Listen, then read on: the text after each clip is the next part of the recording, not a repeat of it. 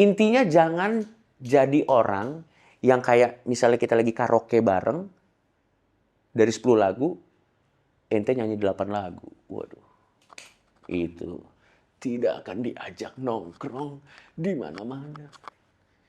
Itu aja sih sebenarnya. Itu biasanya sih tanda-tanda NPD ya, biasanya kayak gitu. Dan saya yakin juga siapa? Ariana Grande juga kalau karaoke dia nggak akan nyanyi 8 lagu goblok.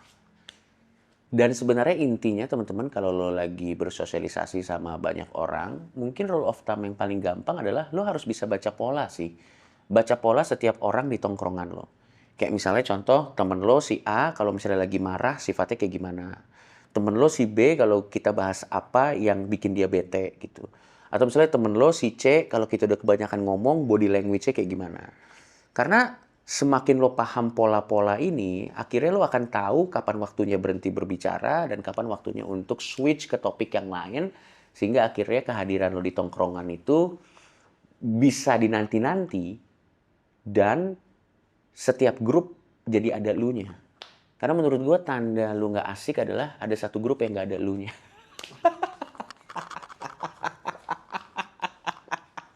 biasanya biasanya tuh orang yang sosial skillnya kecil itu adalah orang yang di grup kampus, di grup sekolah, di grup kerjaan itu pasti ada satu grup yang nggak ada dianya karena kegagalan dia dalam memahami pola teman-temannya, memberikan kesempatan buat orang lain untuk memberikan feedback atau mungkin bahkan ya sesimpel dia nggak peduli sama orang lain, dia cuma peduli dengan yang penting gue ngomong, yang penting gue kelihatan pinter, yang penting IQ gue terlihat jelas di ruangan ini, pokoknya semuanya adalah tentang bagaimana saya terlihat keren.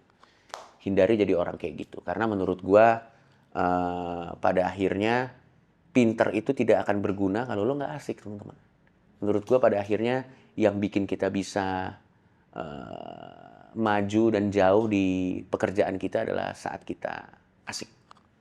Karena orang yang ditolong biasanya orang yang asik, bukan orang yang pintar.